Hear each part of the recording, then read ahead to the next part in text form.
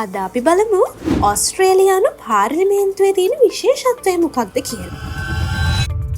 අපි කවුරුත් දන්නවනේ ඔස්ට්‍රේලියාවේ අගනුවන කැනබරා කියලා.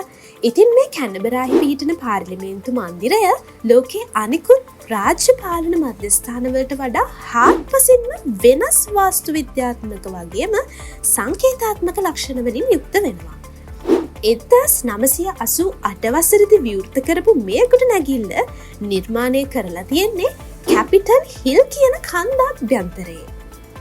මෙහි ඇති වඩාත්ම සුවිශේෂී ලක්ෂණය තමයි පාර්ලිමේන්තු මන්දිරේ වහල සම්පූර්ණයෙන්ම තනකොළවලින් වැසුණු මොතු පිටක් විදියට සකස් කරලා තිබීම. ඔස්ට්‍රේලියානු වැසියන්ට වගේම සංචාරකයන්ටත් මේ වහලේ මත නිදහසේ ඇවිදින්න අවස්ථාව ලබා දීලා තියෙනවා.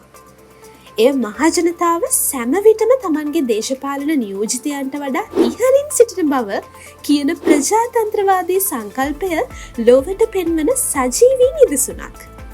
මීට අමතරව පාර්ලිමේන්තු සභාගර්භයන් තුළ වර්ණ භාවිතයද ඉතා සංකේතාත්මක වෙනවා.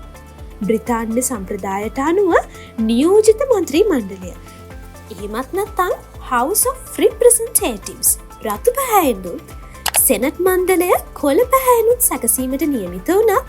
ඔස්ට්‍රේලියාව එම වර්ණවල ඔස්ට්‍රේලියානු ස්වරූපය විදියට යුකැලිප්ටස් කොළවල පවතින ලා කොළ පාටත් එහි පවතින රතු පාටත් තෝරාගෙන තියෙනවා. පාර්ලිමේන්තු මන්දිරයේ වටා තියෙන නිශ්ශබ්ද සහ විවෘත පරිසරයත් එක්ක රජය සහ මහජනතාව අතර පවතින විනිවිදභාවය සහ සමීප බව සංකේතවත් කෙරෙනවා.